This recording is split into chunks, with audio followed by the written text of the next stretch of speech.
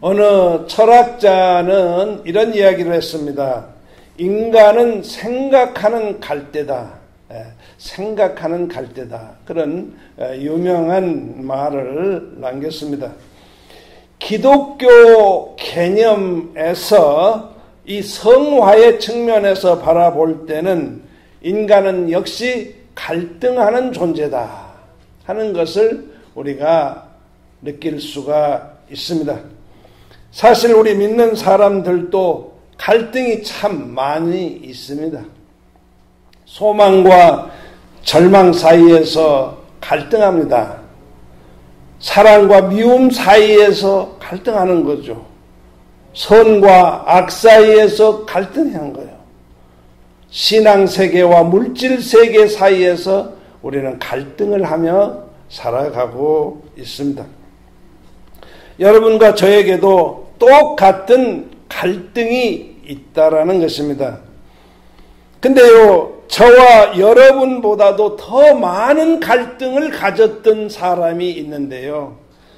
바로 이 로마서를 기록했던 사도 바울의 갈등이 있었습니다.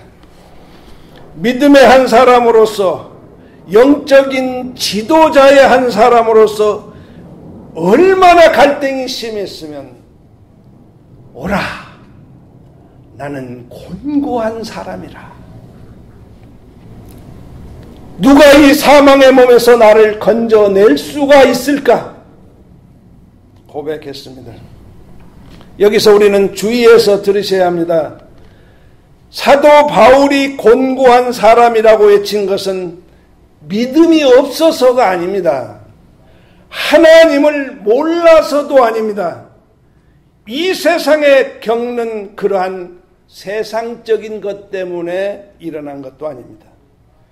오히려 구원을 받고 나니까, 오히려 하나님을 알고 나니까, 죄를 알고 나니까 갈등이 없어진 것이 아니라 새로운 차원의 갈등이 더 우리를 움직이고 있더라는 사실입니다. 하나님의 영광, 하나님의 완전하심을 알고 나니까 그 앞에 비추어져 있는 나의 부족한 한계를 볼 때 전에 없었던 갈등이 나를 짓누르고 있었다라는 것입니다. 그러면서 나는 곤고한 사람이라. 누가 이 사망의 몸에서 구원해 줄 것인가 한탄을 했던 것입니다.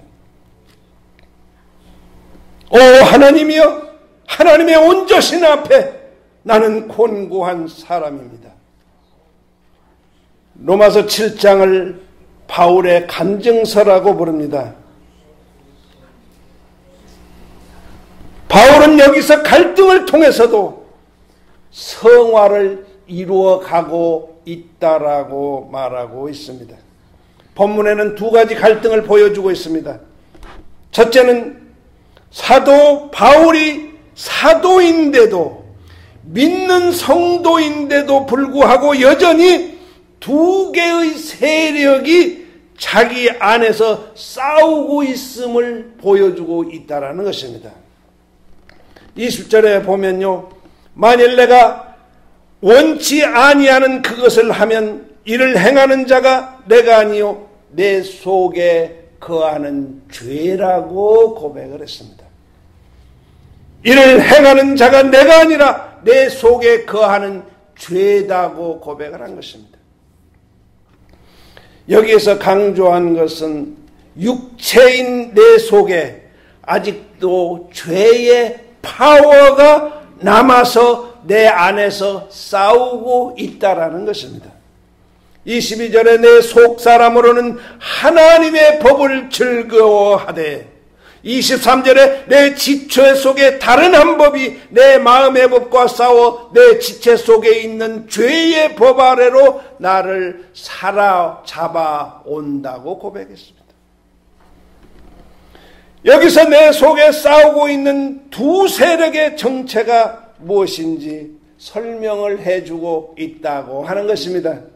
22절에 하나님의 은혜로, 예수 그리스도의 은혜로 구속받은 내 속사람은 하나님의 법을 즐거워한다라는 것입니다. 그뿐 아니라 내 지체 속에 다른 한 법이 있는데 내 속사람과 자꾸 싸움을 하고 있다라는 것입니다. 어디로 끌고 가느냐? 죄의 법 아래로 나를 사로잡아 온다고 고백을 했습니다. 죄의 성품이 내 속사람하고 둘이서 시간마다 싸우고 있다라는 것입니다. 여러분과 저의 신앙생활 속에서 우리가 느낄 수 있고 알 수 있는, 경험하고 있는, 체험하고 있는 사건이 된다라는 것입니다. 우리 주변의 환경이 전쟁보다도 우리 내면 속에 있는 전쟁이 더 심하고 어렵다라는 것입니다. 그렇기 때문에 찬송가에서 우리가 늘 부르고 있지 않습니까? 험하고 높은 이것을 싸우며 나아갑니다. 우리는 매일매일 우리는 영적인 전쟁을 하고 살아가고 있다라는 것입니다. 어느 한 젊은 부인이요, 병원에 입원을 했습니다. 목사님이 달려가 어떻게 된 일이라고 물었습니다. 그런데 그 여인은 아무 대답 않고 훌쩍훌쩍 울고만 있습니다. 그래서 그 남편에게 가서 물었습니다. 그 부부는 성가대에서 열심히 성가로 봉사하고 열심히 봉사하는 훌륭한 성도였습니다. 그런데 그 두 부부가 일을 마치고 집에 돌아와 밥을 해서 밥을 먹는데 밥상에서 언쟁이 붙었다라는 것입니다. 순간 남편이 부엌에서 칼을 들고 들어와서 찔렀습니다. 남편이 울면서 이런 고백을 합니다. 목사님, 나는 말씀대로 살려고 노력했습니다. 아내를 그토록 사랑했는데 나도 알 수 없는 내 속에 또 다른 세력이 엉뚱한 일을 저지르고 말았습니다. 여러분과 나에게도 이런 일이 있을 수 있습니다. 매일같이 우리 속에 싸우고 있는 내면의 전쟁을 사도 바울도 같이 겪으면서 오라, 나는 곤고한 사람이라. 그런 개념에서 거룩한 갈등이 그 속에 존재하고 있었다라는 것입니다. 어떤 의미에서 보면요, 믿기 전보다도 그 내면의 전쟁이 더 심화되는 것을 느낄 수가 있다라는 것이죠. 어떤 분은 이야기를 합니다. 목사님, 나는 예수 믿기 전에는 사실상 마음이 편했습니다. 근데 예수를 믿고 나니까, 뭘 알고 나니까 더 갈등이 심합니다. 당연한 갈등이죠. 영적인 갈등이고 그것을 거룩한 갈등이라고 우리는 얘기할 수가 있습니다. 19절에 바울의 또 다른 갈등은 내가 원하는 바 선은 행하지 아니하고 도리어 원치 아니하는 악을 행하는도다. 그렇게 고백을 했습니다. 내 속에 두 가지 세력이 싸우고 있는데 내가 원하는 것은 항상 진다라는 것입니다. 그리고 내가 원치 아니하는 것이 이기는 것을 보아야 하는 갈등이 있었다라는 것입니다. 여러분, 이 말씀을 들으면서 어떤 생각이 듭니까? 나와는 아무 상관이 없는 소리를 하고 있구나, 그렇게 생각하고 있습니까? 바로 여러분과 나의 갈등입니다. 여러분과 나의 문제입니다. 여러분과 나의 전쟁인 것입니다. 23절에 내 지체 속에 또 다른 한 법이 내 마음의 법과 싸워서 내 지초 속에 있는 죄의 법 아래로 나를 사로잡아 오는도다. 그래서 곤고한 거예요. 인간은 하라고 하는 것을 하기란 참 쉽습니다. 하라고 하는 것을 하기란 쉽지 않습니다. 근데 하지 말라고 하는 것을 할 때는 왜 그렇게 쉽고 좋은지 모릅니다. 선을 행할 때 있습니다. 근데 선을 행할 때는 그냥 되지 않습니다. 우리는 애쓰고 힘써야 되고 또 결단이 필요한 경우가 많이 있습니다. 여러분, 악은 애쓰지 않아도 그냥 저절로 되는 거 모르십니까? 예, 그렇죠. 웃음은요, 저절로 되지 않습니다. 작정하고 일부러 웃어야 되는 것입니다. 악은 저절로 돼요. 여러분, 흉보는 것 배워서 돼요? 저절로 되는 거예요. 솔솔 나와요. 만나기만 하면 흉보고 싶은 거예요.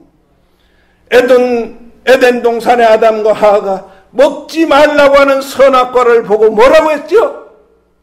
먹음직도 하고 보암직도 하고 탐스럽기도 하다고 말했습니다. 여러분과 나의 속성입니다. 내가 해야 할 것은 자꾸 지고 하지 않아야 할 것은 이기는가? 왜냐면요, 우리 속에 있는 죄의 성품, 부패한 마음이 우리를 지배하려고 하고 있기 때문인 것입니다. 7장은 갈등하고 지쳐 쓰러진 것으로 끝나지 않습니다. 이 7장을 쓴 목적은요, 이런 갈등이 있음에도 불구하고 두 세력이 싸움에도 불구하고 내가 원하는 것이 지게 됨에도 불구하고 예수 그리스도인들은 넉넉히 끝까지 이러한 과정을 통해서 성화되어 가고 있다는 것을 말해주기 위해서 쓴 것이에요. 성화의 가장 중요한 것은 정직성입니다. 내 자신의 실상을 하나님 앞에 인정하는 거예요. 그리고 사람 앞에 가서 인정해버리면 모든 문제가 풀리게 되는 거예요. 바울이요, 자기의 간증을 인용하면서까지 로마서를 쓰고 있는 것은 여러분과 제가 똑같은 갈등을 가지고 있는 존재라고 하는 것을 우리에게 확인시켜 주기 위한 것입니다. 내 지체 속에 싸움이 있는데 항상 다른 지체가 내가 원하는 지체를 죄의 법으로 끌고 간다고 고백한 것이 바울의 위대한 모습입니다. 성화라는 것은요, 그렇지 않은 척하고 가장하고 페인트 칠하고 체면 칠해하는 것이 신앙의 성숙이 아니다라는 것입니다. 자기 자신을 하나님 앞에 깨끗하게 드러내놓는 것을 말하는 것입니다. 다윗은요, 치사하고 더러운 죄를 지었는데 하나님 앞에 고백했습니다. 하나님 앞에 더 온전한 사람으로 만들어지는 계기가 되었던 것입니다. 저와 여러분도요, 똑같은 존재인 것을 인정할 필요가 있습니다. 내 속에 끊임없이 존재하는 두 가지의 세력이 전쟁을 하고 있다는 것을 인정하셔야 돼요. 로마 교회 여러분, 이것 때문에 여러분 괴로워하십니까? 괴로워하지 마십시오. 성자인 척하지 마십시오. 의인인 척하지 마십시오. 내 안에는 내가 원하는 바 얼굴도 있지만 내가 원치 않는 탐욕의 얼굴도 있습니다. 이렇게 고백한 것이 바울의 솔직한 심정이었습니다. 그렇다고 낙심하고 실망하지 말고 주님 앞에 떨어져 가는 일은 없도록 하라는 것입니다. 신앙생활을 하다면요, 내 자신이 싫어질 때가 있습니다. 왜 나는 이렇게 이 모양이 변하지 않는가? 나는 장로인데도, 나는 집사인데도, 나는 목사인데도 왜 나의 속사람은 이렇게 변하지 않는가? 내 스스로를 괴로워할 때가 많이 있다라는 것입니다. 그러나 지고 있는 것 같지만 여전히 하나님의 편에서는 성화를 이루어가고 있다라는 것입니다. 여러분, 오션쇼를 가면 그 엄청난 바다의 파도가 밀려오지 않습니까? 올라가기도 하고 내려가기도 하고 올라가기도 하고 내려가기도 하고. 우리는 주님 오실 때까지 그런 과정을 통해서 성화를 이루어가고 있다라는 것입니다. 사도 바울은 18절에 원함은 내게 있으나 19절에 내가 원하는 것은 선이다. 21절에 선을 행하기 원하는 나. 그리고 22절에는 내 속사람은 하나님의 법을 즐거워하노라 고백했습니다. 시간마다요, 그리고 싸움에 지는 것 같지만 내가 원하는 바만 확실하면 궁극적으로 성화는 하나님 편에서 우리를 이끌어 가 주신다라고 하는 것입니다. 우리는 만들어져 가는 성전입니다. 지어져 있는 성전은 이 세상에 아무도 없습니다. 여러분과 나, 이 세상의 모든 크리스찬들은 지금 지어져 가고 있다라는 것입니다. 금강석이 무엇입니까? 1톤짜리 돌 안에 2g의 금이 있으면 금강석이라고 부른답니다.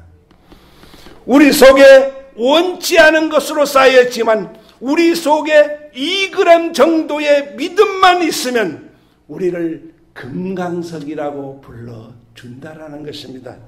그리고 우리를 의롭다고 인정해 준다라는 것입니다. 우리가 의인은 아닙니다. 의인은 없나니 하나도 없다고 말했습니다.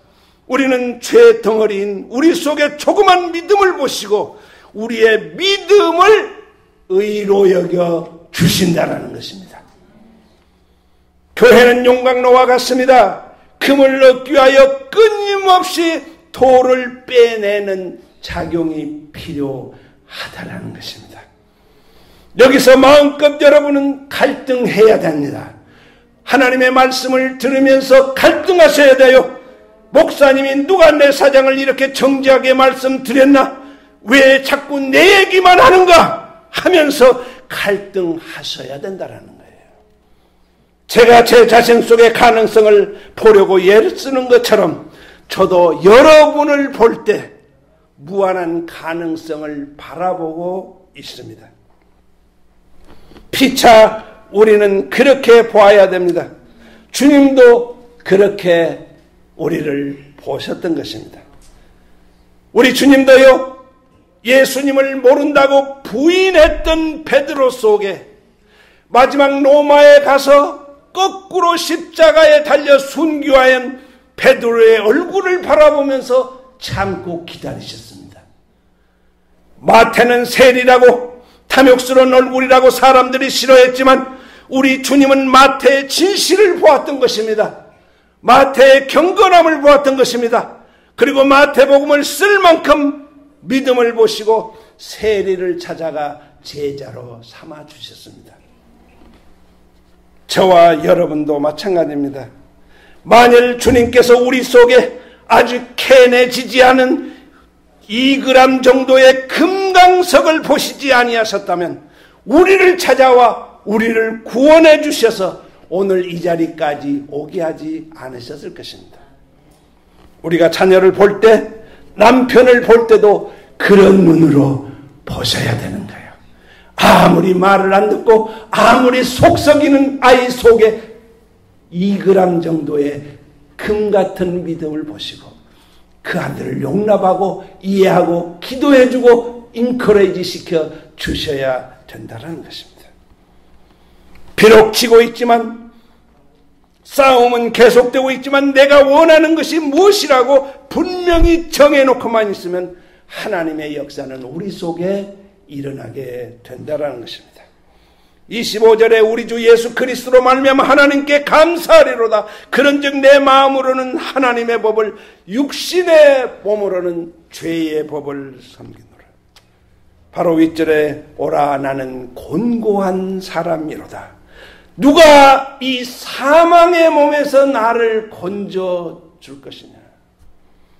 이렇게 말한 바울이 25절에 갑자기 우리 주 예수 그리스도로 인하여 하나님께 감사한다고 표현하고 있습니다. 그럼에도 불구하고 갈등과 전쟁이 있음에도 불구하고 여전히 내 안에 있는 예수 그리스도로 인하여 나는 하나님께 감사할 수 있다라는 것입니다. 후반부에 내 마음은 하나님의 법을 육신으로는 죄의 법을 섬긴다고 했습니다. 육신으로는 죄의 법을 섬기는 것이 있지만 그럼에도 불구하고 내 자신은 마음으로 하나님의 법을 섬기고 있다고 고백했습니다. 중세 유럽에요, 형과 아우가 살았는데요, 너무 가난한 집에서 살아 먹을 것을 제대로 먹지 못했습니다. 그래서 그들이 서로 공모를 했습니다. 저 옆 동네 가가지고 양을 한 마리 잡자. 그래 양을 한 마리 훔쳐와서 잡아먹었습니다. 그것이 걸려들었습니다.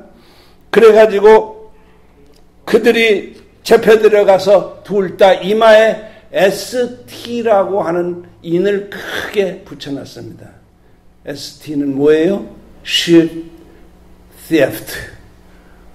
양 도둑놈이다 하는 그런 내용의 그런 표를 써줬습니다. 그걸 들고 그걸 가지고 온 세상을 다니니까 얼마나 부끄러웠겠어요. 그러니까요, 형이 견디지 못해서 매일같이 술을 퍼먹습니다.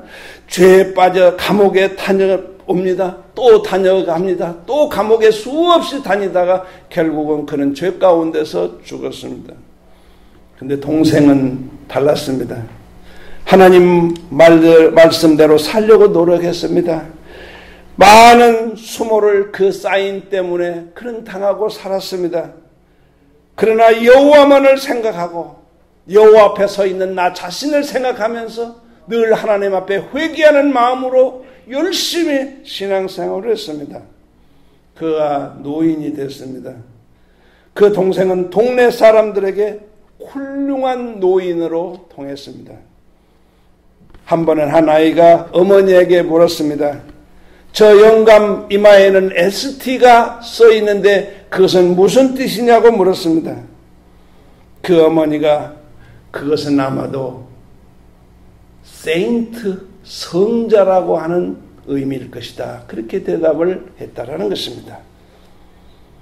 비록 저와 여러분도 범죄자였고 저주받을 수밖에 없는 사람들이었지만 우리가 주님을 믿고 끊임없는 전쟁, 갈등이 있지만 거룩한 갈등으로 우리가 몸부림치고 있지만 우리의 마음이 하나님을 향하여 고정되어 있기만 한다면 sheep theft, 양 도둑놈이 아니라 성자, 세인트라고 하는 그러한 칭호를 우리에게도 허락해 줄 줄로 믿습니다. 기도하시겠습니다.